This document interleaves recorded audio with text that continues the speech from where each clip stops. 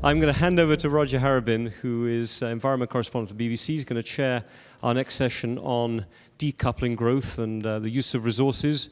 Another broad topic, but one that is particularly relevant at this time and was referenced, I think, in one of the earlier panels, not least as we've had some fairly geopolitical conversation around the issue of resources, but have not yet got into it in the kind of level you will hear. So Roger, thank you very much. Over to you. We've got time to run through. We're not too late, running about 10 minutes from the beginning to start, but we'll finish on time. Splendid. Okay.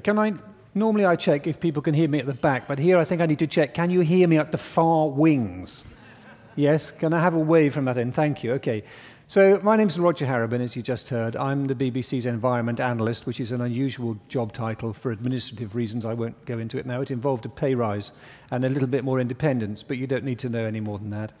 I have been reporting on the environment and resources and all things attached to that for, I think, nearly 30 years, which is an awful long time. And most of that time, I have felt really fairly pessimistic about the way trends were going. In a moment, I will suggest to you that I am feeling slightly less pessimistic than I have done for most of those 30 years. But first, let me give you an outline of what we're going to do. We're going to hear from all of our main speakers. We've got a really interesting and diverse panel. It's geographically diverse and occupationally diverse. We're going to hear from them first. I'll ask them a couple of questions. Then I want to bring in members of the audience as quickly as I can. I'm going to give you a warning. If you're sitting on the sides, it's really difficult for a chairman to see, particularly on that left-hand side, so you might need to just sort of jump up and down and make baboon noises or some other suitable thing to attract my attention. People sitting right here, and there's only one of them, is going to do very well if he wants to put his hand up. So we'll hear from them first. I'll ask them a few questions. We'll bring you guys in. Most unusually, I'm actually going to read out what it says on the programme, because normally I'd change this all, but this is all very well put, and so I'm just going to skip through it, sub-editing as I go. There is a broad consensus on the need for action to build a sustainable carbon-neutral economy. Indeed there is, and that consensus, I think, is broader and deeper than I've seen it before. But how can we create incentives that align commercial and environmental imperatives, discourage short-termism, and ensure that all stakeholders, including resource companies, and we have someone here from Shell, financial institutions and governments, are moving towards this goal? And what does success look like? So that's a very good opener. The discussion points. Economic growth, together with the increase in global population, has led to dramatically higher consumption of resources. What are the challenges in decoupling growth from unsustainable resource consumption? And could a more resource-efficient growth model help countries to avoid the middle-income trap? What is the potential of emerging technologies to disrupt how the world consumes power? And I've written in, and how to disrupt how the world uses resources. And how will resource companies adapt to that? And is the push for zero-carbon growth aligned with long-term business and investment horizons? What risk is there of capital being locked into unsustainable technologies, stranded assets, a term we're hearing a lot of nowadays? Is there going to be a carbon bubble, another buzz phrase of the moment? And is the oil price drop permanent? And how is that going to affect renewables, investment in renewables? And does that open the way for carbon pricing? So that will help guide our discussions. I just want to say a little bit before I start about my own feeling, and I do feel like, and I'd like to discuss this, I do feel like maybe we're just in a bit of a moment. Possibly it's because I've spent 30 years being pessimistic, that I've just got fed up of being pessimistic. I know the older people get, the more temperamentally optimistic they get, the closer they are to death, the less they worry about what they're leaving behind. So maybe it's something to do with that. But there's a whole suite of things going on. Just today I reported on David King, the UK former chief scientist, his plan for what he calls the Global Apollo program to double the amount of RD&D into renewables, and what's more, to tie all the big nations into a common program of investment in research so they're not duplicating their efforts. And David won't say so publicly, but privately he's saying that he has got a lot of interest from major nations, and he hopes to seal some sort of a deal, perhaps at G7, perhaps later in the year. So that's a bit optimistic. Shell have, with other oil companies, yesterday or the day before, called for a carbon price. First time they've acted together. The Americans are not part of it, of course, but Still, that's a movement. 2 weeks ago, I spoke to the CEO of Unilever. He was saying things that were incredibly progressive. And, I've always been worried about Unilever and greenwash. And having spent a number of hours with him, I think probably I'm beginning to believe it, that this is a corporation, and there are others out there that genuinely do want to have a sustainable future. We've seen a lot of action from mayors globally. And we've seen also action on resources. We've got, I don't know if you know him, Julian Allwood at Cambridge is looking at how we can use resources more efficiently. The UK government has commissioned research into that. In the EU, we have the maybe teetering, but maybe not teetering circular economy program. There's a lot going on. And we've got Paris coming up, and it seems to me to be a deeper seriousness about what needs to be done, and certainly a determination not to let it all collapse into the embers as it did last time. So that's my perspective, slightly less pessimistic. I want to come on to the other guys now. Let me start with Simon Henry from Shell, and hear from you, Simon. They're going to talk for 5 minutes or so each, and then we'll have a bit of a chat. Roger, many thanks, and thanks everybody for joining us today. I'd like to say a few words really about the scale of the challenge that we face before we move to the Q&A. And just to reflect, I would wholly agree, we are already in the middle of a transition. It's just that in the energy industry, for various reasons, things happen imperceptibly and slowly and at massive scale. The challenge we have is a fundamental one, really. It is our industry is a core part of modern life. Nobody can live without energy. And we need to make it available. We need to make it affordable. And the way in which that energy is provided to citizens needs to be acceptable in an environmental sense. So climate change we'll come back to, including COP21, I think, later in the discussion. But we have to recognize there are certain forces already shaping this that are irreversible and that we really do need to think about in terms of what the choices are. There are 7 billion people on the planet today, 3.5 billion of them in cities. By the middle of the century, there'll be 9 billion people, and at least 3 billion will have moved from basically subsistence use of energy through to being consumers of modern energy. Now, we are reasonably well known for long-term scenario thinking. We think out 20, 30, 40 years, consistent science, technology, civil society developments, how that can come together to create different futures. And there is no scenario in which we see energy demand not growing substantially. In fact, the lowest scenario is about 50% increase. In numeric terms, 250 million barrels of oil equivalent is 2010 energy primary production. It would be about 400 million barrels minimum. And that's including everything good that you can think of in terms of efficiency, etc., by the middle of this century. 50% increase, and it's all growth in developing economies. It's not growth in Europe or the United States necessarily. It's all in the developing world.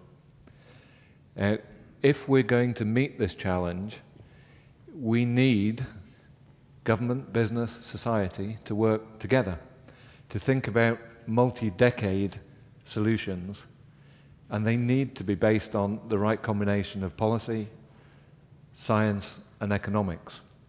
And unfortunately, the debate in this particular area is too full of single-issue sound bites that actually really don't help what should be a serious debate over a long period.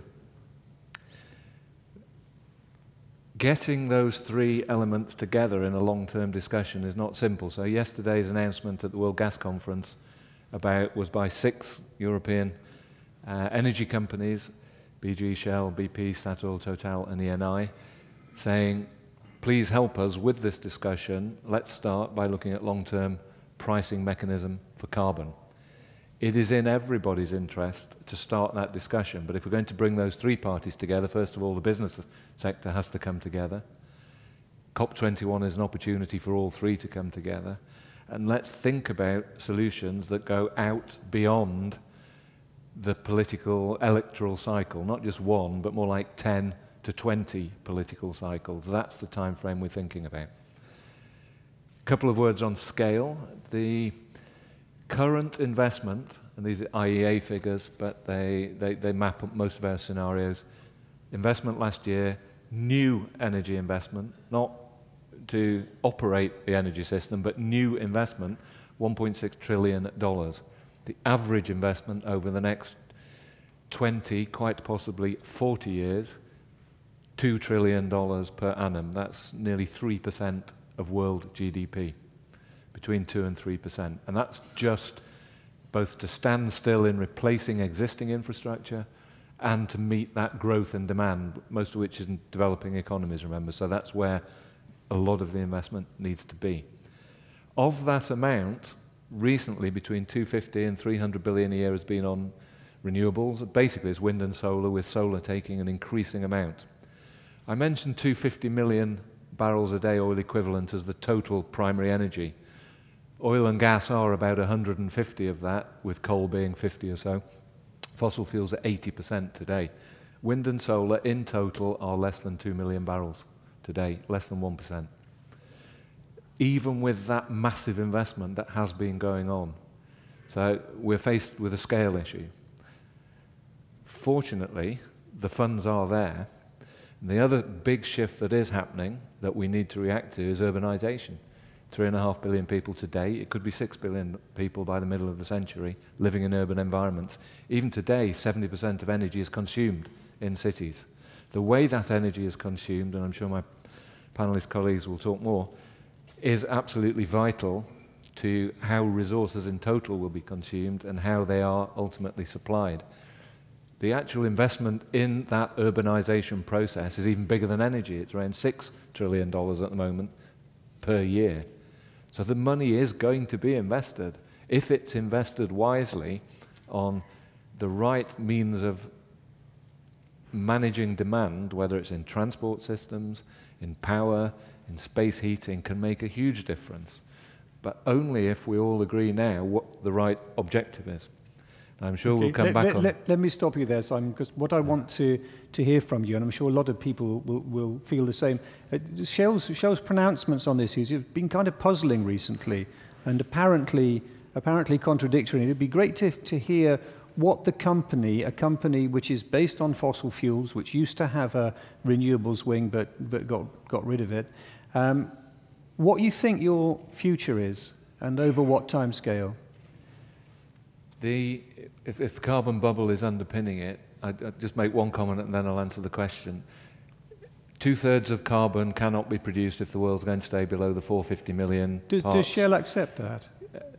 It's simple arithmetic. Okay, so Unless, I'll take that as a yes. Unless the two-thirds of the carbon under the ground is coal. So we can only burn 1/3 of the carbon. I could argue, take coal out of the system, job done. It's not oil and gas. The only reason Shell is in the headlines is because nobody knows the names of the coal companies. They're all too small in that sense. But coal is the issue in terms of carbon bubble. The other issue is power, which is what solar and wind mostly is working into, is 20% of the total consumption today. Maybe that will grow as cars and mobility electrifies. But oil and gas, and we produce more gas than oil. We also produce biofuel, more biofuel than anybody else from sugar. Those are moves today towards a lower carbon environment that, in practice, actually help us, the recent deal with BG as well, be much more financially solid, stable, and able to participate in that energy transition away from fossil fuel. I'm still not quite sure where you think you're going, because what you've just defined with the leaving 2/3 of it in the ground, that's the stuff we've already found. But Shell and all other oil companies, I mean, I don't want to single out Shell, you're still looking for more stuff. And I'm wondering how that equates with the knowledge of the impending risk to the climate. Yeah, the in the ground is the assumed. We have 12 years of proven reserves. 12 years, not 120. Does that include in the Arctic? No, there's nothing in the Arctic because we haven't. But that's what I mean. So you're looking in. This is what's puzzling people. So you're looking in the Arctic. Just finish. 12 years of proved reserves. there is a need for fossil fuels for a lot longer than 12 years. I just explained the growth, that much growth, of which renewables will play a huge part. But just to keep going as we are, 80% of it's fossil fuels. Mobility, moving things, needs liquid fuels, simply because of the energy density, it's physics. That means there will be a need for hydrocarbons way beyond our current reserves. That's why we search for more to meet that demand that will be there. And what happens if the world turns around in 5 years' time, as it did with the recent report, and says, well, actually 1.5 Celsius should be the maximum, not 2? The current policy frameworks will not get us to 2. It was a hypothetical question. They will certainly not get to the 450, and they would need agreement to get to the 450 well beyond the current policy framework. Okay, so you don't think politicians are going to stump up, really? I didn't quite say that. I just said current policy framework is nowhere near what is needed for 2 degrees. I'm assuming that leads you to policy decisions. At least that's what my friend in Shell tells me. So I guess it must be true. I just want to ask you one further question before we move on, and that's you talked about the need, I think, for the business sector to work together. Now, you clearly have with the other oil and gas firms who will benefit if there's a carbon price because it'll force coal out.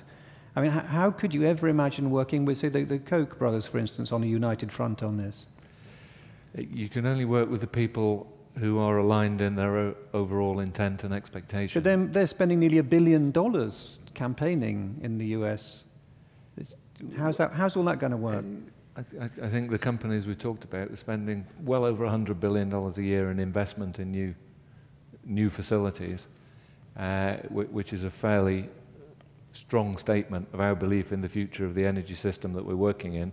The statement we made together is a strong statement about where we think that system should go over time. Okay. The point being scale and time, we have to be realistic about. Okay. Thank you very much. I'm sure people who want to come back to you later. We'll hear now from Michael Liebrich from Bloomberg New Energy Finance. He tells me now it's only half his job, so Michael, to you. That's right. Listening to this, I actually... I'm trying to work out whether I'm optimistic or pessimistic, and I decided, listening to it, that I'm actually both. And indeed, I have been optimistic since starting New Energy Finance, as was then, 11, 12 years ago, because what we can see is there are all the elements lining up for some sort of transformation, some sort of transition in the energy system. So, we are now seeing the costs of clean energy dramatically reduced to the point where if you look at the cheapest form of new electrical generating capacity, the cheapest bar none is onshore wind, for instance, in Texas. We were talking about if you build a new wind farm, you'll get electricity out for under 4 US cents per kilowatt hour. It's about half of what it would cost using coal, even gas. It's cheaper than that. Now, of course, it's intermittent and it's challenging. I'll come back to that.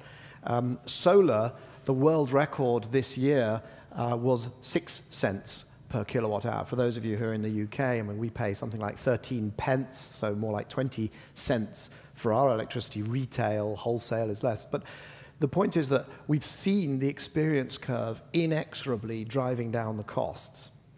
A side point on the Global Apollo project, which is that the focus on science, the single issue of saying this is a science problem, if you want to drive down the cost of energy, you need the science, you need the scale and logistics, and you need the cheap finance.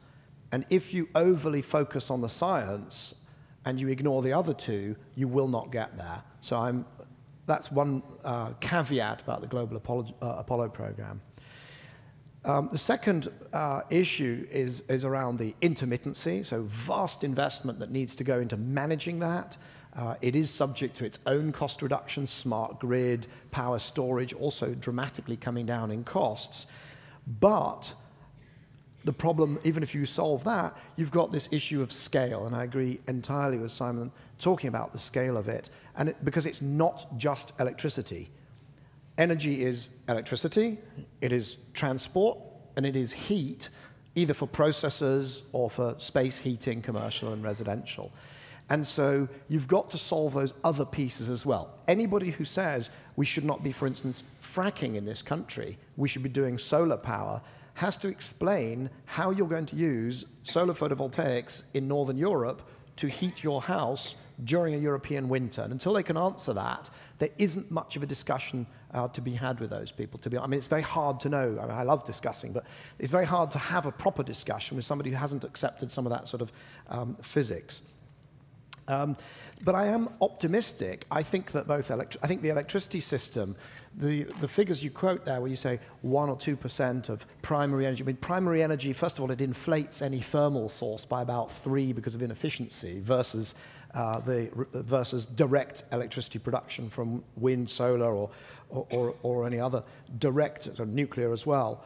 Actually, no, not nuclear. But the issue is also within the electrical system. We see, for instance, Germany already at 29% renewables. The UK, astonishingly, the first time we met was when Tony Blair's government said they were going to achieve 10% renewable electricity, I believe. And I went up to you and said, you don't know me, I'm a nobody, I just started a company, they will never hit that target. Well, now we're at 19%. They missed the target. But now we're at 19%. Extraordinary. So the electrical system is shifting to something new. I think transportation will be the next to go. I think that you're seeing profound shifts, not just in unconventional production of oil, but also on the demand side. The number of miles driven, the number of millennials buying cars, the fuel efficiency of cars, and the acceptability of internal combustion-based transportation of any sort, frankly, within cities. 50% of the world's population now lives in cities. It's going to go to 70%. And if you look at the air quality problems, not just in Shanghai and Beijing and Delhi, but you look around the world, including London, you just see it's very hard to sustain the current modes of transport. And there are plenty of ways of changing that, whether it's electric vehicles, whether it's shared ownership, whether it's self-driving cars, whether it's car clubs, whether it's public transport, whether it's new urban realm, et cetera, et cetera. We are seeing cities competing with each other for the high-value, urban, mobile, high-earning workforce through standard of living, and therefore the issue of air quality becomes of primary economic importance. And I think that's a profound transition. To the points about the carbon budget, since it's already been brought up, I was going to come to that later, but I think what we're seeing, this may be something we pursue, but what we're seeing is the discussion of carbon budgets, in a sense, being accepted. And I think what we're seeing is the oil and gas industry turning on the coal industry. It is saying, well, we are better than them, and as you said correctly, as Simon correctly says, we're going to need fossil fuels in transportation for a long time, but then look at what is now becoming perceived as a replaceable resource of coal-based electricity. And I think that's going to play out in a very, very interesting way. We're seeing worldwide quite dramatic, almost unprecedented improvements in energy productivity. So improvements now of the order of 5% per year over the last 10 years in energy productivity. 5% per year. So growing economy drives up energy demand, Roger, you're right, but per unit GDP, energy use coming down very dramatically. Do we have to do more? Yes, we have to solve energy efficiency. We have to help the developing world leapfrog and not use the equivalent of the landline telephone, use the mobile instead. So not to use big, centralized, grid-based, coal-fired power stations, but to go to combinations of highly efficient appliances, highly efficient industry, renewables, natural gas, smart grid where it's needed, mini grids where it's not. Just jump straight to a different solution. Well, hang on a second. Let me just ask you a very specific question now on your area of expertise. And I totally agree with you about the issue of heat I was at the launch of the Global Ecolo program yesterday and asked about that issue. I think it's a major problem, and if we could get people thinking about it, it would be really useful, even in this room today, and discussing further. A new technology will take 30, 40 years to get to fruition, to maturity, and so it's now we need to be thinking about heat. It's not in 20 years' time. We don't just need to pluck the low-hanging fruit of the electricity sector. We need to be thinking about heat now, and be nice if people did it. But I want to just pick you up on the finance issue, because that is really your specialism, and one of the things that were raised in the brief. How is finance flow looking? Where is the finance going, and where do you think it's going to go? Well, so we track finance around discrete clean energy investments that we can see. So it's very difficult to track an energy efficiency investment by a white goods manufacturer, because that's just in their normal R&D process. But if you look at the stuff we can see, so projects and venture capital, private equity, public market activity, governments, etc., what we're seeing is investment in clean energy compared to the sort of 2 trillion, 1.6 to 2 trillion figure. We see that the clean energy investment is around 350 billion. And it's grown very rapidly, but it's sort of stalled around the 350 billion. If you look at what would be consistent with the emissions from the energy system peaking and then coming down, it would need to at least double again, whilst the costs are dropping. So what we actually saw is it grew, and then for a few years it went down, largely because the cost of solar and the cost of wind were dropping. And then last year it turned around and went up. But it's sort of bouncing around. But in terms of installation, clean energy outweighed dirty energy for the last set of figures, which was 2013, I believe. Absolutely, and I think it's just this issue of scale. You have to keep coming back to scale, because now you're not really. I just want you to take me into the future of finance. Right. What is it that will drive finance in the right direction? So the finance finances new installations. But what you've got is 150 years of cumulative investment in the old stuff. And so right now, more than half of what's going on the electricity system is renewable energy around the world. It's around half. It may be slightly over. It may be a touch under. But it's around half. But when you look at the nature of the electricity system worldwide, other than Germany and the UK and Texas and a few examples, it's still got a long way to go. So I mean, there's plenty of finance. The finance is there and it's flowing, but you've got to bear in mind the scale to complete the transition of electricity and then deal with transportation and heat. You've immediately come back to technology. Technology of heating is pretty well known, right? And it's dull stuff like CHP systems in cities. It involves digging up the streets, which nobody likes to do, and so on. So we've just got to grind through insulating and improving our that heating part of our energy system. Okay, thank you. Let me go on to Diane Dillon-Ridgely from the Women's Network for a Sustainable Future, for I think a broader international perspective, even more so. Okay. I could say you've now heard from the technical side of the panel, so here's another side. I'm always optimistic. I have been for years, because I think there's virtually no other viable option long time. We can determine how much pain, et cetera, will be inflicted the longer we take to make these transitions, but we're in it and we're going to do it. I would like to say one thing about Paul from Unilever, though. I find it interesting that you were skeptical about the sort of, was this greenwash? Because Unilever, even when Rudy Markham and Tony Bergmans were there, has really a long history. And it's not a commercial for them, but I remember when Ray Anderson, I was on the board of Interface for 18 years, when Ray passed away, almost consistently, one of the questions was who's going to be the next Ray Anderson, and Paul's name globally came up more than any other single name, and I think he's lived up to really pushing the company inside and being quite modest about what they say about what they're doing if they can't verify it. Commercial over. And as a native Texan, growing up, I'm from Dallas, originally I live in Iowa now in the US, we always used to wonder what was good with all that hot air in West Texas, so we've been delighted to find that it actually produces electricity. Sometimes that gets a laugh, but that's okay. And earlier this morning, one of the things I was thinking as I was listening, and I say this so sincerely, I wish that especially the House of Representatives from the United States and Congress could be here and be in the audience and be quiet. Is there anybody here from the House of Representatives? No. No.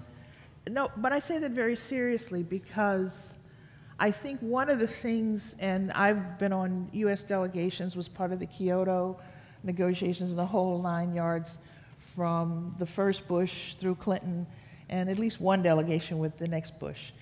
I had other things that I've been doing in this administration. But it is somewhere between challenging, because it's as though every time the Congress gets called upon, they have to begin starting about what's going to be U.S. leadership on something. And I get beaten down when I come and I try and talk about how much is going on in the world. And sometimes, if you just listen and pay attention and just absorb what's going on, it could actually inform something. So that was a thought I had this morning. So my thoughts for today and what we're doing. One thing, I know people use the term developing countries and developed countries, and I was a math major and philosophy, and I really focus on epistemology back from those earliest days, because language matters. And on the one hand, we say developed countries, and then on the other hand, justifiably, we talk about leapfrogging things, and there are a lot of those pieces of language, and at our dinner last night, we talked about some. I use the term developing sectors. I use industrialized countries over developed countries, but if we say on the one hand developed countries, and then we say on the other hand that we're trying to do something different, there's somewhere down in there an inconsistency. So I talk about developing sectors because inside so-called developed countries, there are vast amounts of undeveloped or developing initiatives, particularly in rural areas still, since I live in a state that is officially declared rural, the entirety of it in Iowa. And also in the so-called global south, or however you want to frame it, you also have parts that are, quote, very, quote, developed. So I just find it useful for us to, particularly as we talk about things, push on the aspects of language in many, many different ways. And that helps us to begin to unpack some of the implications of assumptions that happen by the casual use of old language when we're trying to push towards new institutions and new frames.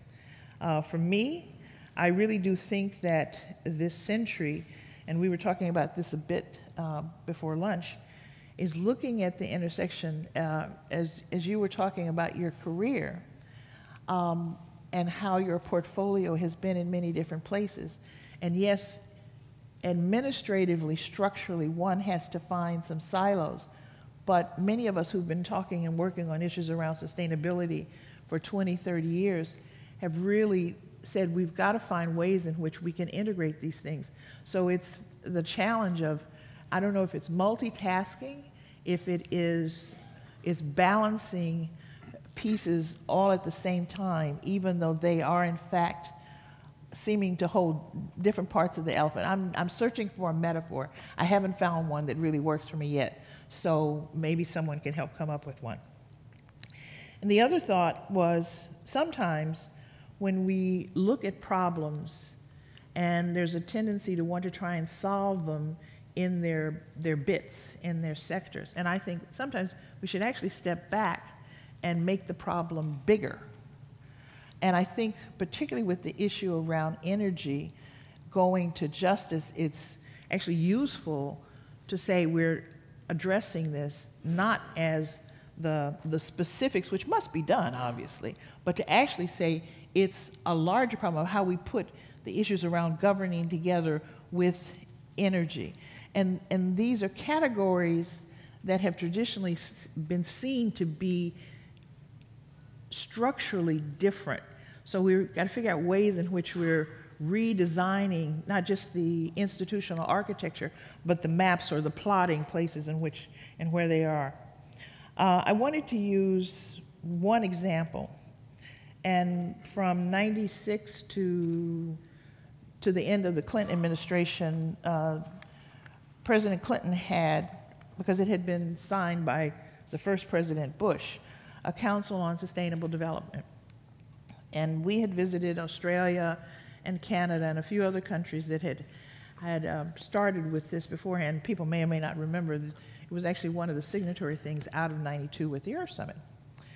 And I only bring it up because it was especially relevant around the issues of growth.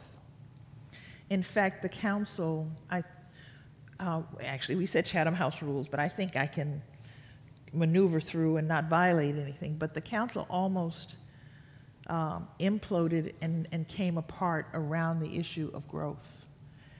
And it made us spend some soul-searching time, because you certainly had, we'll just say roughly, people from the Commerce Department side saying, well, of course you'd have at least 2.8% per annum growth. Anything less, is just unheard of and can't possibly have a society going. And then those from very much the other side said growth is actually a problem.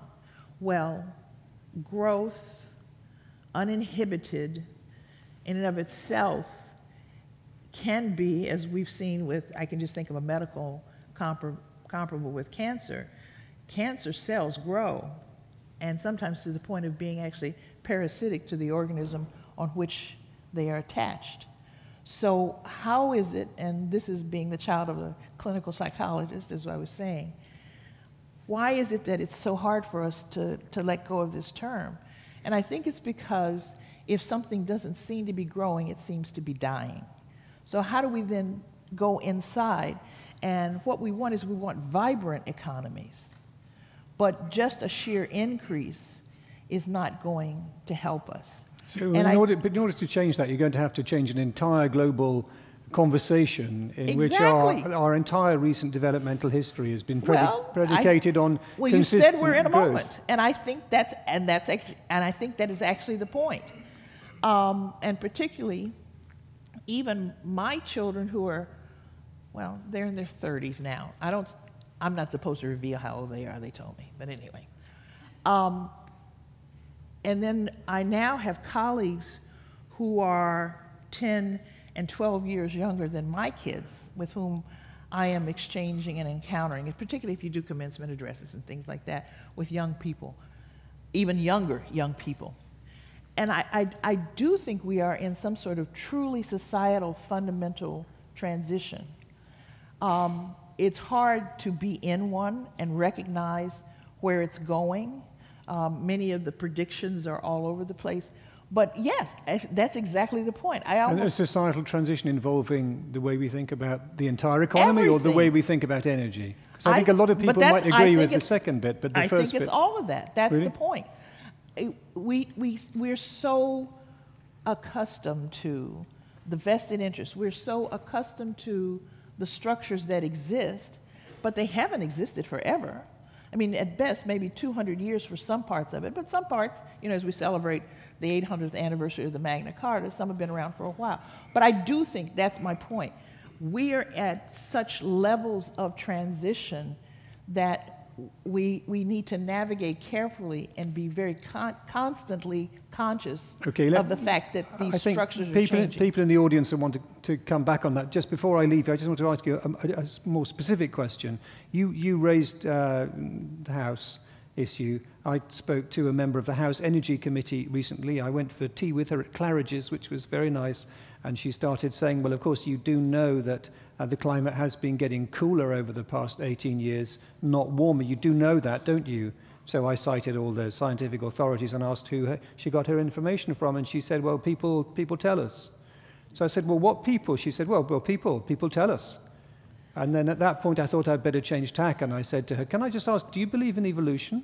She said, no, sir, I do not. And with that, her flack grabbed hold of her and just whisked her out of Claridge's faster than anybody else leaving me to pay the bill. But with that level of obduracy, I mean, if they weren't American, we would call them fundamentalists. But we or don't, some people in America do. But we don't, A fundamentalist is a fundamentalist. Because we're all always polite to our American cousins. Well, that's nice of you. What's going to happen, do you think? Just take a guess at what's going to happen. There are people with the working very, very politics hard of to get this. people like that unelected. I will say that. I mean, some of the entities with which I work, we need to have no one sitting, and I happen to be personally a very religious person, so I'm not talking about religion. I'm talking about a refusal to acknowledge truth.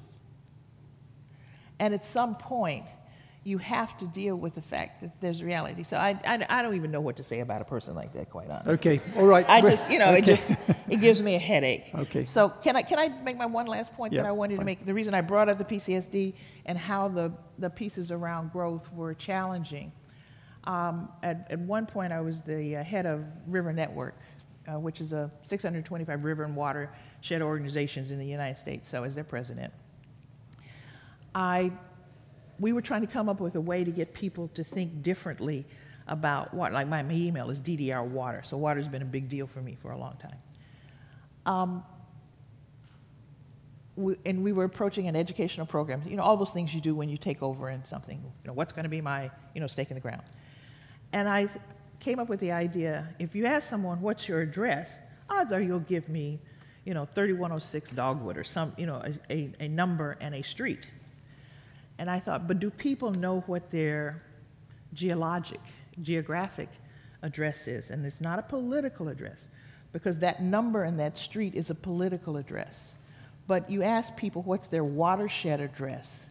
You ask them where their water is sourced. They don't have that. And I think one of the things that we tried to introduce and to do is to have people begin to think in terms of multiple layers of identification. And if you think of a natural resource address as opposed to a political address, then, and now I'm going to come back to energy, then you might be able to look at some of the things that are currently posed as conflicts, take out not completely take out, but move past the political weight of the conflict structures and then open it up to the opportunities of cooperation, particularly in terms of renewable energy production, because you can then begin to see where your vested interests long-term are of finding ways of cooperating. Let me stop you there. That. Let me stop you there, because the guy next to you is right in the middle of, and his country is right in the middle of this sort of transition that you're talking about, with renewables going on apace in India. Montek Singh Ahluwalia from Stern Business School and also formerly of the Planning Commission in India. Can you talk a bit about what you've heard from a global perspective and also specifically from an Indian perspective? Well, thanks. Yeah, I want to put in some comments that would, put across a developing country perspective, because that hasn't been brought out at all in the discussion so far.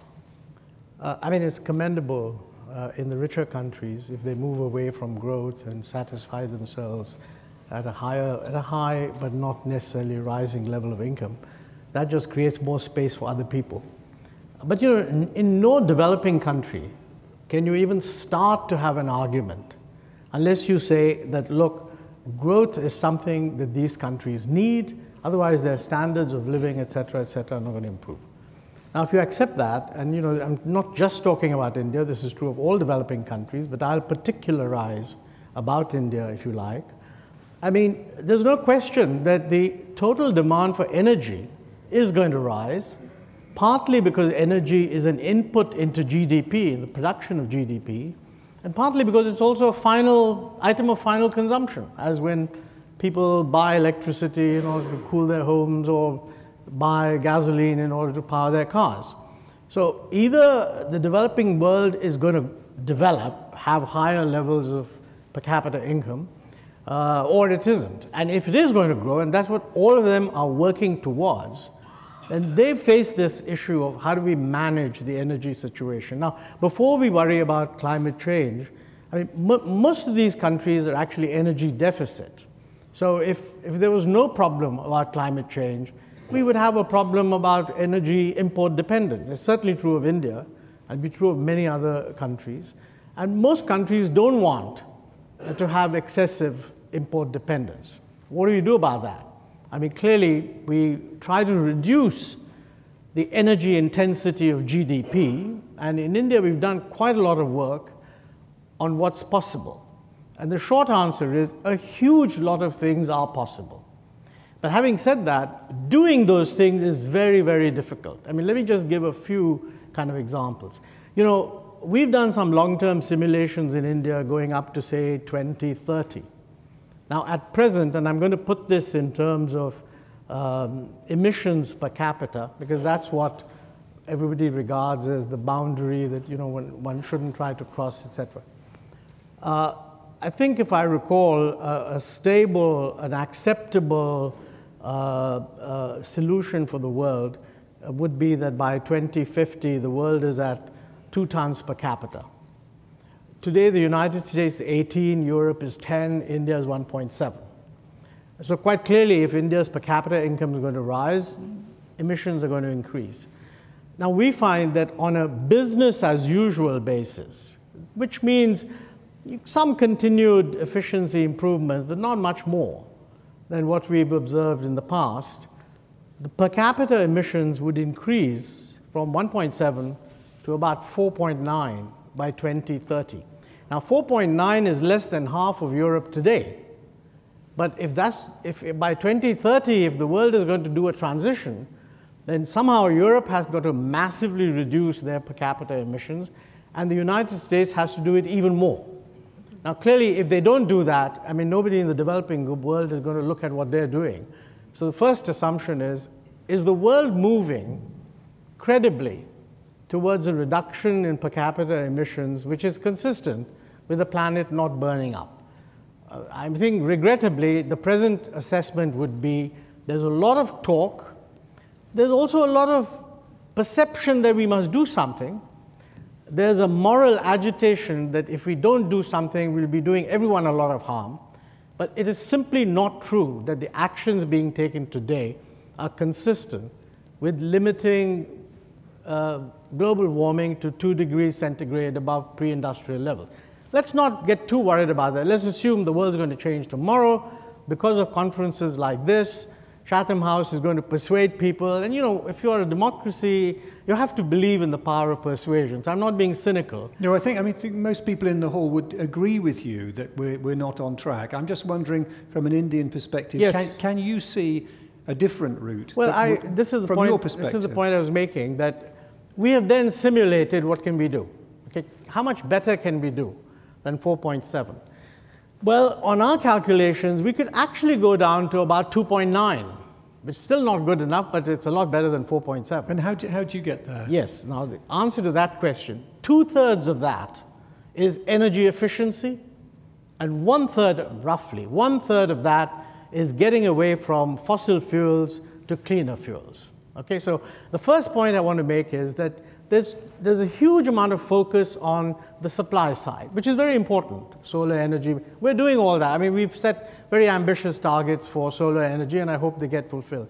But remember that 2/3 of the solution is going to be on energy efficiency, not on the switch from dirty fuels or a little bit more dirty fuels to much cleaner fuels. Now, what does energy efficiency mean? It means a huge lot of things: better designed buildings, better appliances, better standards of efficiency, better designed towns that actually minimize the need for transport, development of things like the railways, which have a much lower carbon footprint. So it's a slew of things. And the real question is, how will governments be willing to take the very large number of decisions needed to make a change? You know, when you have a silver bullet solution, politicians can focus on that one thing and say, this is absolutely crucial.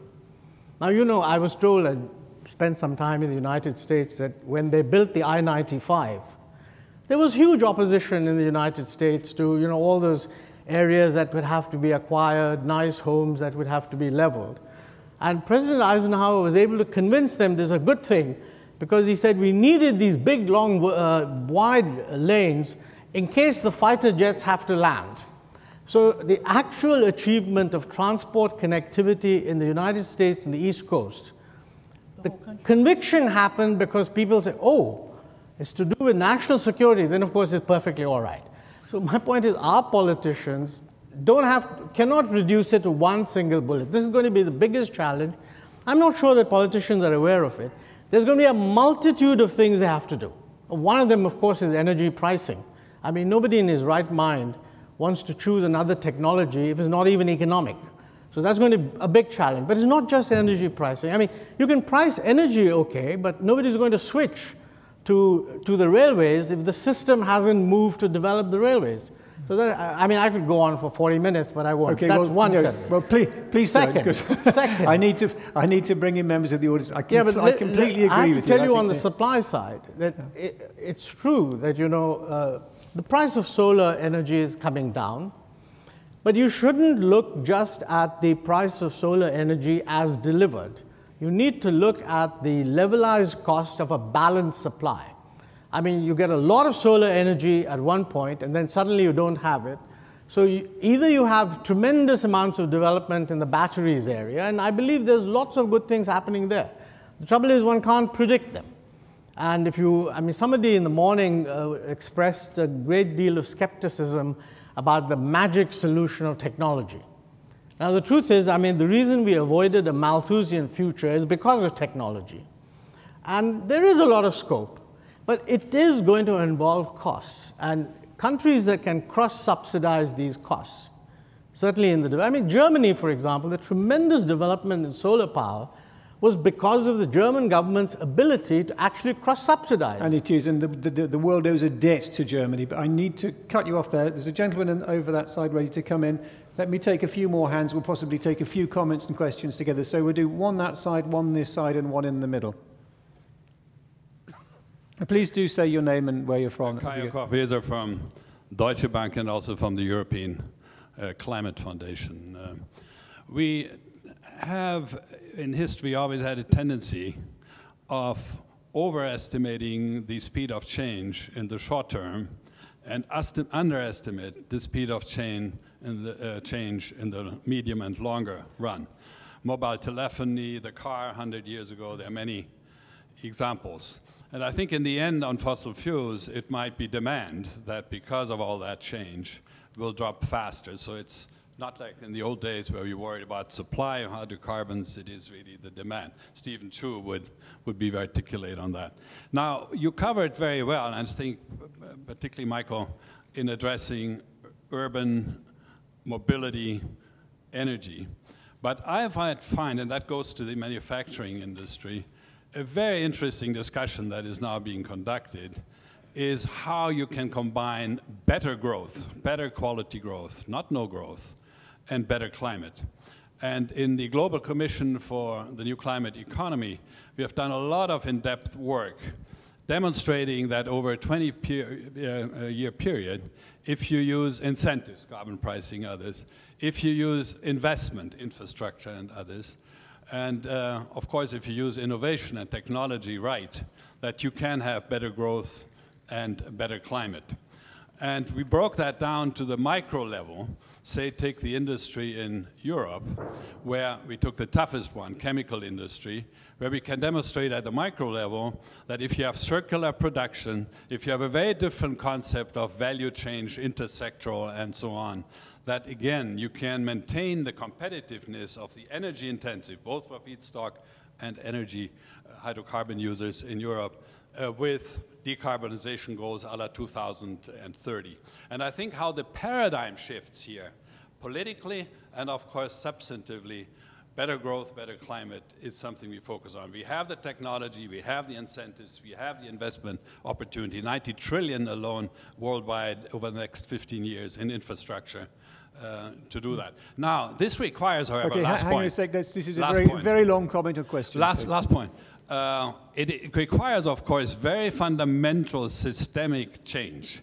And how you bring the key players and actors, the regulators, the policymakers, the CEOs of these companies and others together in new ways to think about this systemic change, the how, in other words, of what can be done, I think is a real challenge. I would be interested in views on that. Thank you very much. That's what we're here to discuss. Hang on, It's the continuation of last night. okay. Let me just take a few more comments from the floor. So there was a gentleman over here who had his hand up, and then there was a woman just there with the black top on. Thank you. Cem Özdemir, German Green Party. We were in power when the feed-in tariffs in Germany were started. I mean, everybody agrees that overall resource use keeps growing, although all the measures that have been taken. If we continue on this path, WWF says that we need a second planet until 2030. So that's why I think the old resource gobbling and energy-intensive growth model doesn't work anymore. Having said that, I believe that there is one revolution currently happening that we need to use to push the green economy model to the next level, and that's digitalization. And I wonder that was not mentioned once so far, and I would love to hear from the panelists what they think about digitalization as a tool, as a useful tool for us to bring together on one side a new industrial revolution, on the other side making our world more sustainable or more green. And maybe to conclude, I think this is also an opportunity for our European economies to fight against crisis and secure our future together with our partners. Actually, while you've got the microphone, can I ask you a question? Because I went to a presentation recently at the German embassy on climate change. There was an American professor there who'd studied the German system. And I said, how are you going to get from the point you're at now to the point you want to be at with zero carbon in 2050 or wherever it was? And she said, oh, well, we're going to improve the efficiency of people's homes. And I said, well, what else are you going to do? And she said, well, we're going to improve the efficiency a lot of people's homes. And I have to say, I found it just a tad unreassuring. And I wondered if there is a sense of alarm in Germany about where the Energiewende is going to end up. Give me a feeling on that. Well, first of all, you cannot exclude any sector. It's from agriculture to economy to practically everything if you want to manage that. We don't have the luxury, I believe, that we can exclude any field. Second point, and that's maybe our luxury in Germany compared to our US friends, we do not have a debate where the climate change takes place or not, where this is a bad thing or a good thing, or whether there is human involvement in that. There is national consensus that this is taking place, that's a bad thing and that we have to fight against. The fight that we have is about speed. It's not about the tools. It's not so much about the means. It's about whether, Chancellor Merkel should go to Brussels to get more time for our car manufacturing industry, to lower carbon emissions. That's a fight we have, whether we should give them 5 more years or not. But the general direction is out of dispute. We have a national consensus. I mean, that's maybe the biggest success we got, that we transformed Angela Merkel into a no-nuke politician. I don't know how we managed this, but from opposition, but there's a national consensus on energy policy to phase out from nuclear power. And now the next level is also to reduce carbon emissions on energy policy. But that helps, of course, if you have public pressure and if you have also more and more business community on your side. Okay, very briefly again, we've got G7 next week, Angela Merkel leading it. How much leadership is she going to show on the climate issue? She's been very quiet on it because of the problems with energy and other political problems. And because of also some other problems with espionage, BND, and exactly. NSA. Exactly. Do you think it will figure? Do you think she will show some leadership on this? She has to. I mean, it's very clear. If she doesn't take the lead inside the European Union, if the European Union doesn't take the lead on the global level, nothing will happen. Okay, thank you. So to the woman here with the black shirt or jacket or blue or purple? Or blue. We'll go with navy. Okay, we'll settle on blue, okay. Hi, Karen Rudich from Fardrich Consulting. We spoke about the business community coming together and about the scale of this big machine that needs to move around the science, the logistics, and the finance. I'm looking at it from more of a pragmatic, what does success look like within, what are 2 or 3 things mostly for Simon and for Michael that really need to happen in the next year or two to just get through the conversations and start making some change and some headway? Okay, so we've got 3 points here. The first one, I think, is the paradigm shift. We all know we need to make a paradigm shift. Your paradigm shift, Diane, is even greater than the one that's being discussed by other people in the room, I suggest, because it involves a complete change of mind as well as a change of the way we do things. Digitization was the other issue, and also I've completely forgotten what the other one was a moment ago. Logistics? Oh yeah, what you need most, what you need first. Let's take that one because it's very specific for, Michael, you go first on that. What's needed over the next few years? What are the key things to happen? Is Paris going to make a big difference? Give us a feeling of that. If I might, I just want to touch on a couple of those because lots of thoughts. And I want to start actually with the paradigm shift because that is actually at the heart of this. I am a growthist, and I'm a growthist because of the reasons that Montek talked about, that the developed, I accept the criticism about lumping things as developed and developing, but Montek, you did as well, so I'm okay, I'm on safe ground there. But no, sorry, but you're absolutely right. There are developed and undeveloped pieces of all economies, and sectors and regions and so on. But we need to bring people out of poverty, and so a growth discussion is a luxury here, and that was a point I think that's been made. But also in the what do I call them? Tell me what I should call them. In the OECD, there we go. I can't go wrong there. In the OECD, we need growth as well because humans are smart. They invest in logistics, and each year you need to be using those resources. You need to be doing something. Now that's not a problem physically. There was a Nobel Prize-winning physicist, Ilya Prigozhin, who proved that you can have increasing levels of complexity, i.e. economic performance, i.e. growth, within an open thermodynamic system. We can have growth forever, even in the OECD, even in the high-consuming countries. What it can't do is translate into resource use. It just can't translate into ever-increasing resource use. It can translate into ever-improved services and qualities. Michael, we know this. The question was well, how. How are we going to do it? Not whether we need to do it. We've had a big discussion about challenging that, and circular economy is a sort of a nice variant on that works in certain industries. So I think we can't turn away from the more profound, when you say, so it's just framing what the challenge is. The challenge is transitions. And I do agree. I think that Ernest Hemingway said, well, how do you go bankrupt? And he was asked, how do you go bankrupt? And he said, well, slowly first and then fast. And these transitions are not linear. And so I think that what we're looking at is what are tipping points? How do you accelerate to points where you get... so there was a very specific question about that, which is what do you want to see over the next 5 years that would really make a difference? The single thing that would really help is the widespread acceptance that this transition is both needed, feasible, and already happening. Because once you see that, and it is, and a good thing, absolutely, it's the solution to this. It's the only way to square the circle. Once you see that, whether you're a country, whether you're a company, whether you're an individual, your question becomes not, can I resist it? Can I ignore it, like the representative that you met? Or but it becomes, how do I play that transition? How do I benefit? Let me move this on to Simon now. Simon, what are your key things over the next few years? Well, remember the moral imperatives has been covered. We have no right as developed economies to deny access to energy to developing economies. So the growth is going to happen. The challenge is more energy, less carbon, and to do it in an environmentally acceptable way. So the three things we would look for: carbon pricing, a cross-border, cross-party consensus or alignment around strategic intent that outlives the political cycle. Get away from the soundbite, think about collectively solving the problems.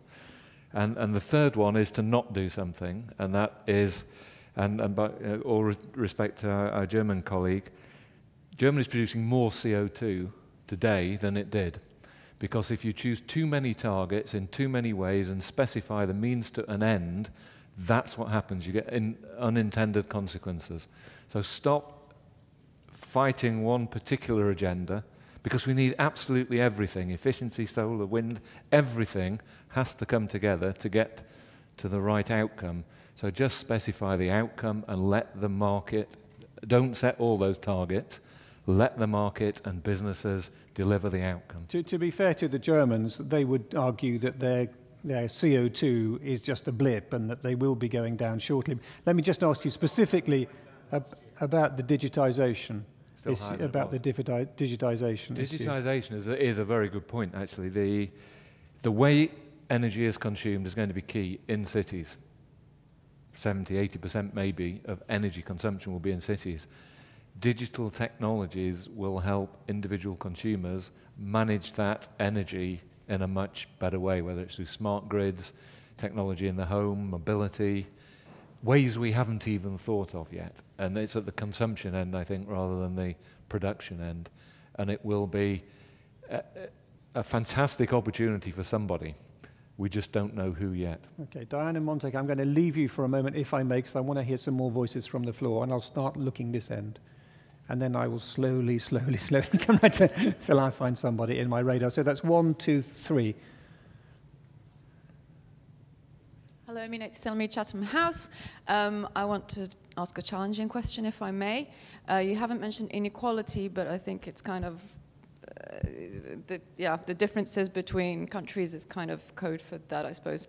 But you mentioned you're a growthist, for example, Michael, and I wondered what your view might be on that. If wealth and resources are accumulating amongst fewer hands, how is growth going to help that? And do you believe that inequalities are conducive to growth as your underlying value? Okay, thank you. There was one somewhere here as my camera. The gentleman here. Were you really there, or did you just jump in now very cleverly while I was looking at that woman at the back? In fact, that is the case. Lady at the back with the definitely is black with white stars. Patricia Lewis, also from Chatham House.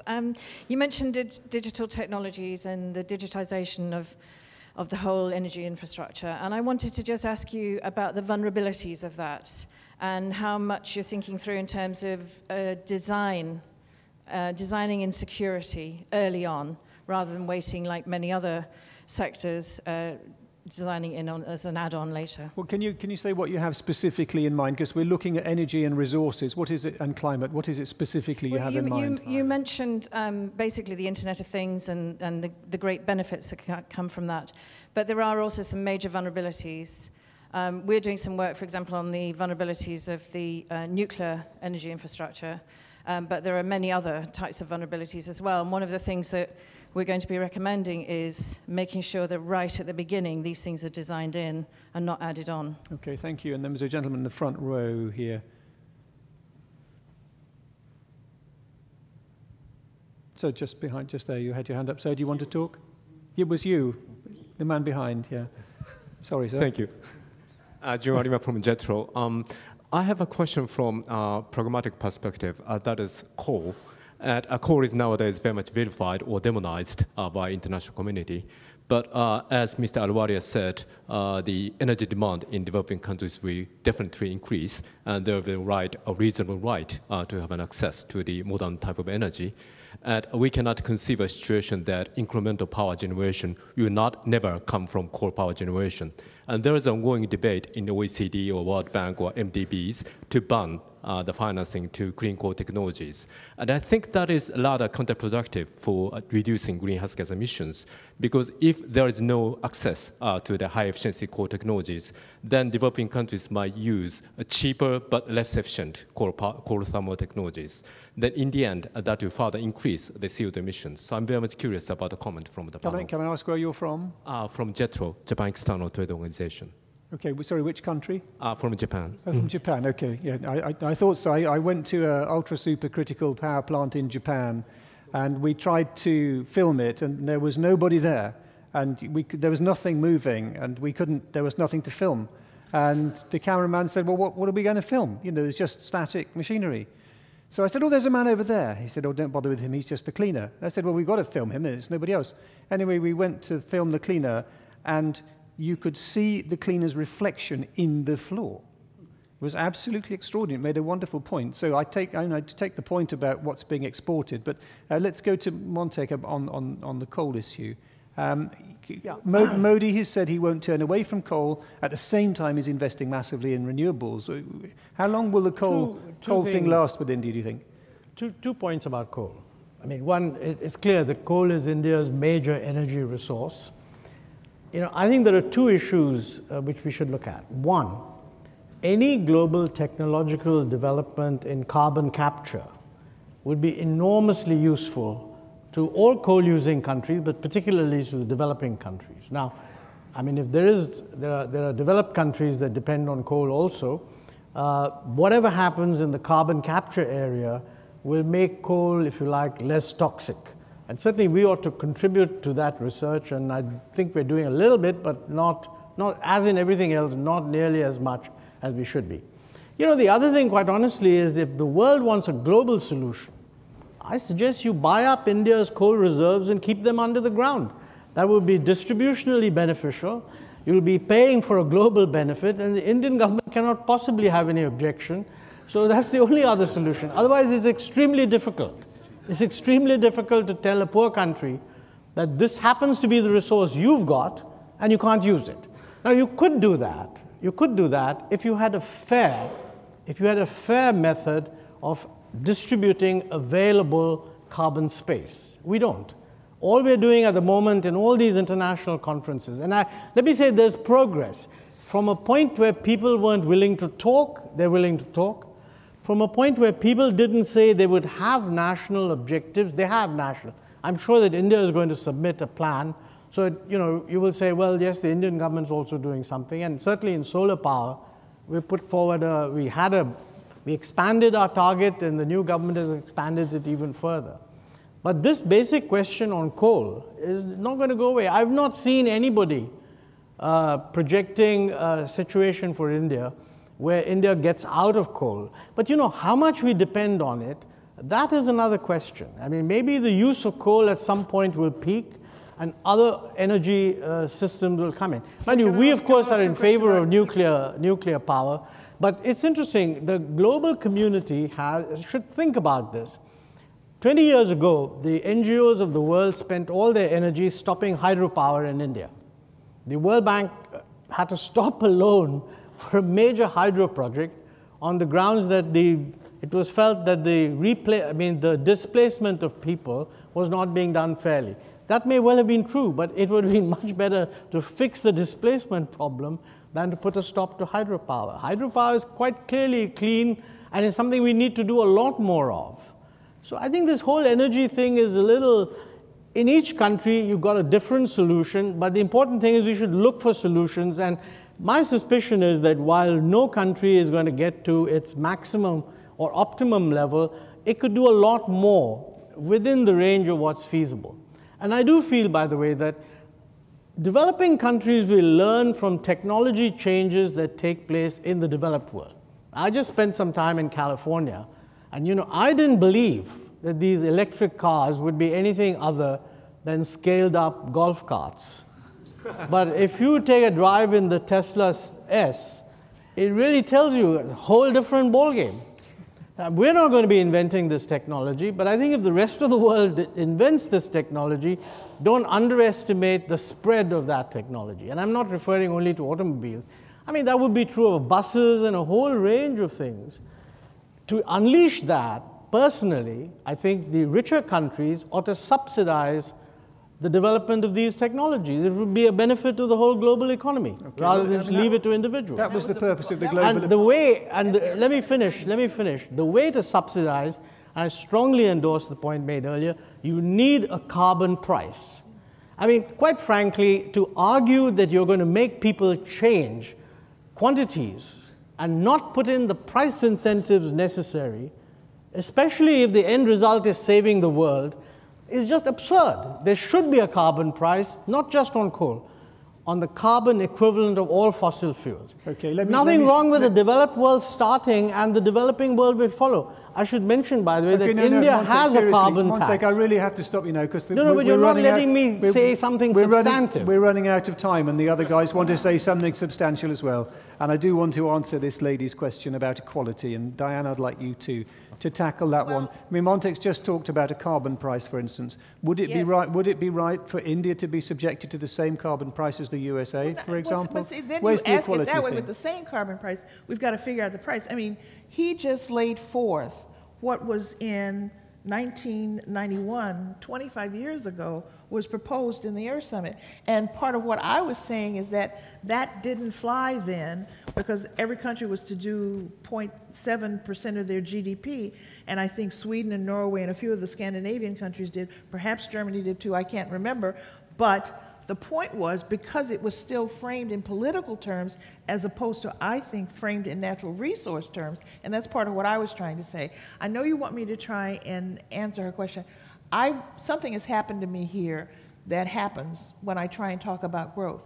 Several people casually said that I'm against growth. And that isn't what I was trying to explain. I was trying to make the point that growth in and of itself, undifferentiated, unexamined, had become, I think, globally almost just increase. And vibrancy is what I was trying to offer. An economy, because obviously where there are vast amounts of inequity and dearths of development, which is the point I was trying to make with developing sectors, there needs to be that input. And that was part of what literally the four of us with Vera was saying as we sat together at dinner last night. So I just want to make that clear. It is interesting.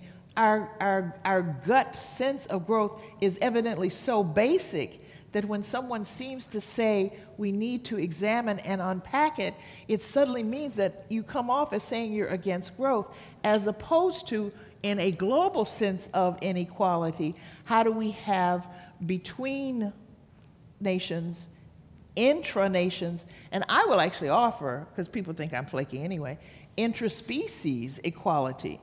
If we begin to really look at, no, I'm serious. Or maybe that was just a sneeze.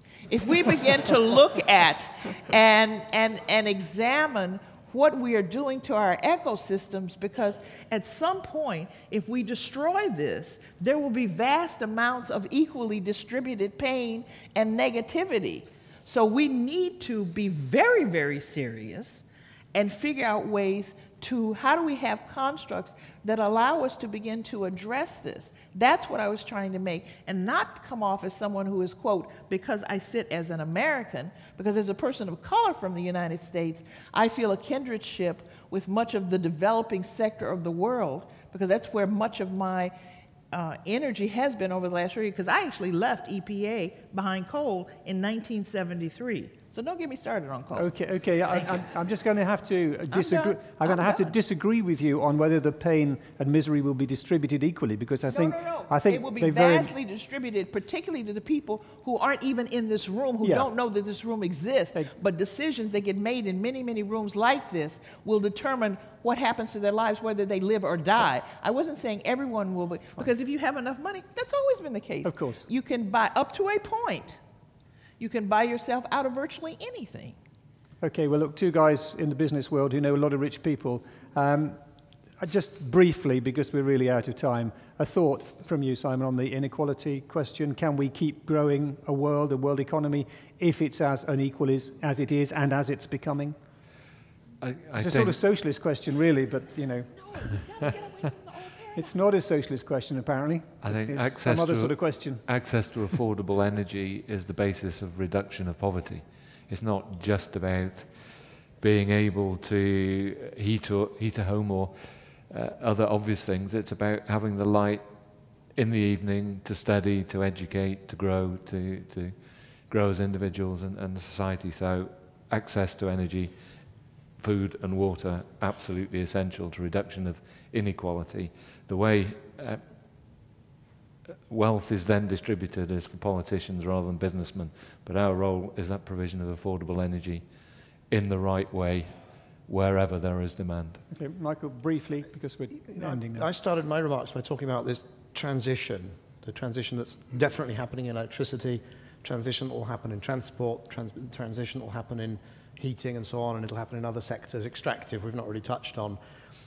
It would be extraordinary and tragic and also suboptimal if during the course of that transition the same leadership was in place afterwards, namely mainly, and I've been to a lot of energy conferences and a lot of other, mainly middle-aged white men, and if they come out of this transition, whether it takes 20 years, 30 years, 40 years, 70 years, still in charge of the commanding heights of those industries, I think we would have missed an absolute... First, we will have let it take much too long, and also we will have missed a vast opportunity. And the only caveat is that that shouldn't be the goal of the transition. That should be a product of the transition. All right, thank you. Or a byproduct, or whatever you want to say. Thank you very much. We're going to have to wind up now. Before we do, when we started this afternoon, I suggested that in my guts, I feel like we're in a transition moment, like this is a moment. That's one thing that's come out quite strongly from the panel, and Michael's saying that the thing that would benefit most in the next few years would be if people start accepting generally that we are in the middle of this transition. I'm just wondering, I just want to take a show of hands actually in the room. Could you please put up your hand if you think something's going on, like if the great shift has started, has the great movement begun? How many people actually believe that? Okay, well, brothers and sisters, you've got to go out and preach the message.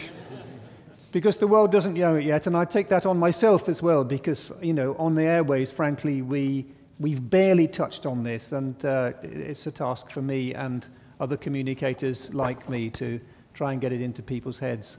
So it just remains for me now to thank the panel. It's been an excellent panel, and it's really quite clear from the amount of resistance I've had that it could have been an awful lot longer. So if you haven't been able to talk as long as you wanted or say all you wanted, I do apologize. But we are time constrained. So can I ask you, please, to give a big thank you to the panel. Can I say a quick thank you, Roger? Thank you for taking on this big topic, complex topic. Only thing I'd say is I hope a few middle-aged white men are still able to offer solutions now and again, as one myself, and not to be excluded entirely from the options. We will have a chance to get to this subject along with others in more depth in the closing panel. 20-minute break, and then we'll come here for the closing panel, which has got a great group of people for us there. Thank you.